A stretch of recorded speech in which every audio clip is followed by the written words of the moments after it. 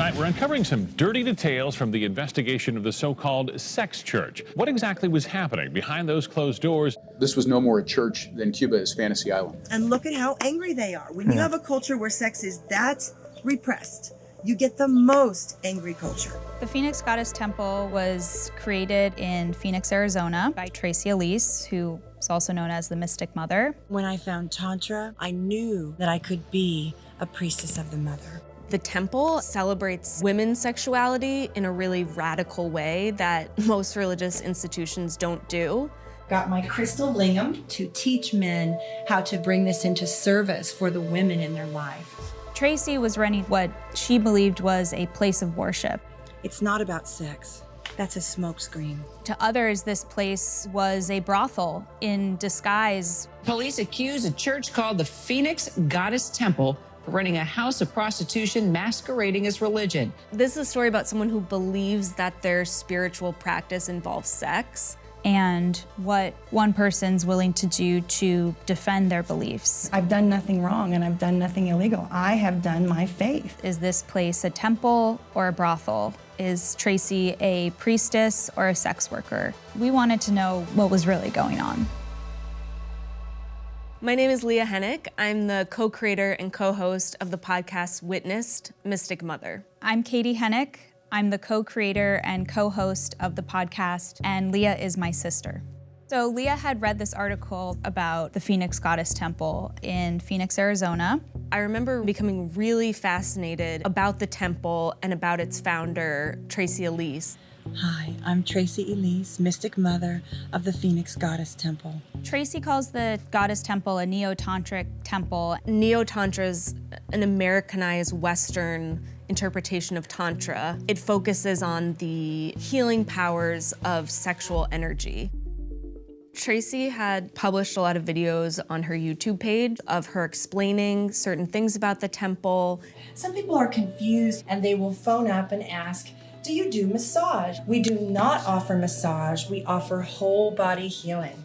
Tracy is striking. She's this really charismatic, larger-than-life figure. Men have so much power at their root. Well, a lot of things go wrong because men don't know what to do with that magnetic power. Tracy thought she was making the world a better place through this worship of the sacred feminine. And of course, the mother's triangle is the downward V through which all living things enter the physical plane. They had sex ed classes, Sunday worship services, and the main offering were these one-on-one sessions. These sessions were performed by what they called goddesses and involved touch and some sort of sexual act, usually. We scoured records we could find to try and get in touch with some of the goddesses. A lot of the goddesses we spoke with described her as charismatic and that when they first met her, there was like this energy around her that made them feel a certain way. The people receiving the sessions were called seekers. They were mostly men. A lot of people have looked at what's happening at the temple and they think it's about sex. It's not about sex. That's a smokescreen. So prostitution is defined as the exchange of money or goods for sex. It's criminalized in the United States, except for certain counties in Nevada. A lot of people thought Tracy was using her beliefs and spirituality as a cover for being a madam and running a brothel. Phoenix Goddess Temple offers sacred sexuality, but it's more like New Age prostitution with a psychological slant. It didn't totally help her case that the temple had what they called a suggested donation for any whole body healing. It was $204 for an hour, $303 for 90 minutes. Tracy and the goddesses advertised on Backpage.com, which was an adult classifieds website where sex work services were advertised. That doesn't seem super religious or spiritual in nature that they're posting those kinds of ads. They kept operating unbothered. But what was happening was the police had launched an undercover investigation into the temple. And police accuse a church called the Phoenix Goddess Temple for running a house of prostitution masquerading as religion. In early September of 2011, The Phoenix PD and SWAT team stormed the building. police found envelopes full of cash, binders labeled seekers, sex toys. Cops in Phoenix and Sedona busted about 20 people on Wednesday, saying their temples are nothing more than brothels. Many of the goddesses felt not only was it traumatic, but it was this excessive show of force. So at this press conference, the police shared their findings. Instead of Johns, they were called seekers. Instead of sexual intercourse, it was called sacred union. They said this is prostitution and it's breaking the law. 33 people were indicted. Everyone took a plea deal except for Tracy. I've done nothing wrong and I've done nothing illegal. I have done my faith. I have done my religion.